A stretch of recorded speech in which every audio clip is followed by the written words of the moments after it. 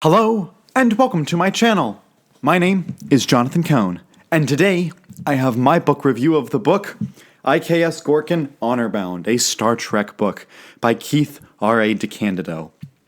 This is the second book in the IKS Gorkon series that he wrote. I read and reviewed the first book recently, A Good Day to Die, and I loved it. And my thoughts on the second book are very similar because I loved it. These are two very similar books. They are basically parts 1 and 2 of the overall story. This could have been one giant book, but I think Pocket Books wisely realized that splitting it up was the right thing to do.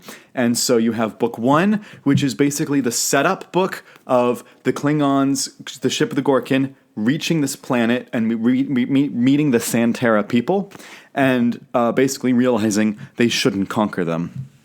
The second book is about the Klingons defending the honor of the Santera and protecting them against the other Klingons who are trying to invade anyway. The leaders of the Gorkon basically said, "Hey, we're not going to invade," and then these other Klingons said, "Yeah, but we're going to overrule you." And they say, "No, we made a deal with them. We're going to keep our honor." So as you would expect, honor plays an incredibly important role in this book, as it does both books, but particularly this book. And I really appreciated it. I really liked the way that this discusses Klingon culture. If you enjoy reading about Klingons, if Klingons are your Star Trek species, this is the book series to read. This and John Jackson Miller's Prey. And I would say that Keith DeCandido and John Jackson Miller are the two best Klingon writers for Star Trek. I think that Keith has gotten more opportunities to do so, and he's gotten more books that are more, focused and honed in. Like, there's no Federation in this book, except for Worf, who, again, is himself a Klingon, just with the Federation. These books are entirely told from the Klingon point of view. And this book in particular, Worf is only in basically 2 chapters of the entire book. Everything else is the main Klingons of this. So, This is very much a Klingon book, and Keith just understands them. He understands the warrior culture, he understands the honor culture, he understands their political structures, he understands their military structures. If you had told me this was like a 10-book series, I would say, all right, I'm signing up to read all 10.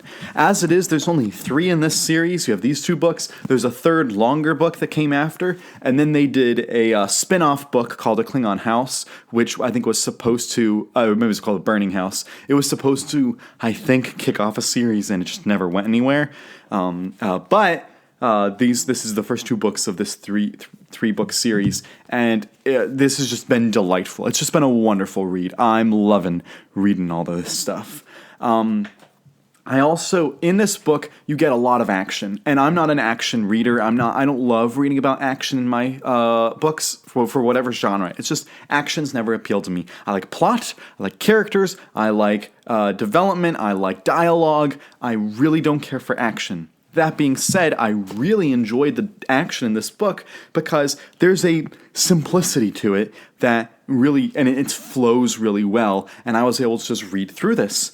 I was able to read this in one sitting in about 2.5 hours' time because it's such a short book. It's only about 240 pages, and it's not a difficult read.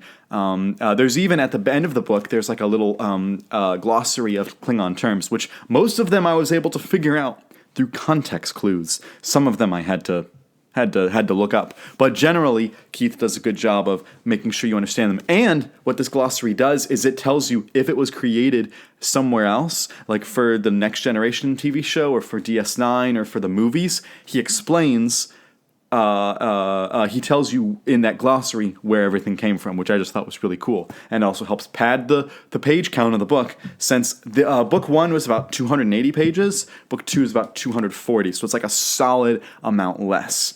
And so these 2 books really could have been the length of maybe like Full Circle by Kirsten Beyer, which was one of those giant novels.